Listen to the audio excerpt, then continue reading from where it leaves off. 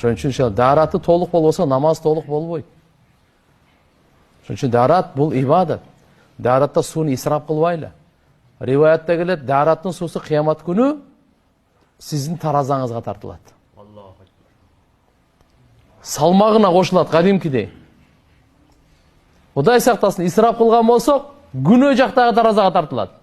Ошон үчүн иншалла кыямат күнү дарат алынган бул мүчөлөр узактан ушундай нурланып турат экен да, жаркырапчы.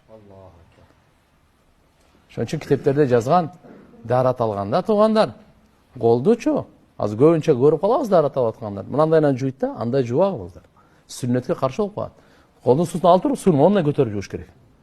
Бул жактан кайсыл жак менен келсе, күнөөлөр жуулат будан. Күнөөлөр түшөт. Кайра күнөөнү бул жакка төкпөңүз. Кайсы жол менен келди, ошо жол менен кетсин дары. Ошон үчүн даратты алганда, мына субханалла, дараттын касиети оозго суу алганда, тил менен кылган күнөөлөр, жүзүңүздү жууганда көз менен кылган күнөөлөр, колду жууганда кол менен кылган күнөөлөр, путту жууганда пут менен кылган күнөөлөр, туура эмес кадам таштап койдук, ушакка таштап койдук, зулумдукка таштап койдук кадамды. Мыналардын баардыгы кечирилип турат. Ар бир кадам жазылат. Ар бир кадам. Сиздин саарттан кечке басып жүрөбүз го, ушул кадамдардын баардыгы жазылат. Баардыгы жазылат.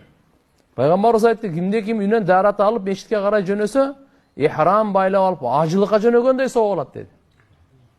Мешитке карай жөнөй турган болсо, ар бир кадамына бир сооп жазылат, бир күнөө кечирилет, бир даража көтөрүлөт.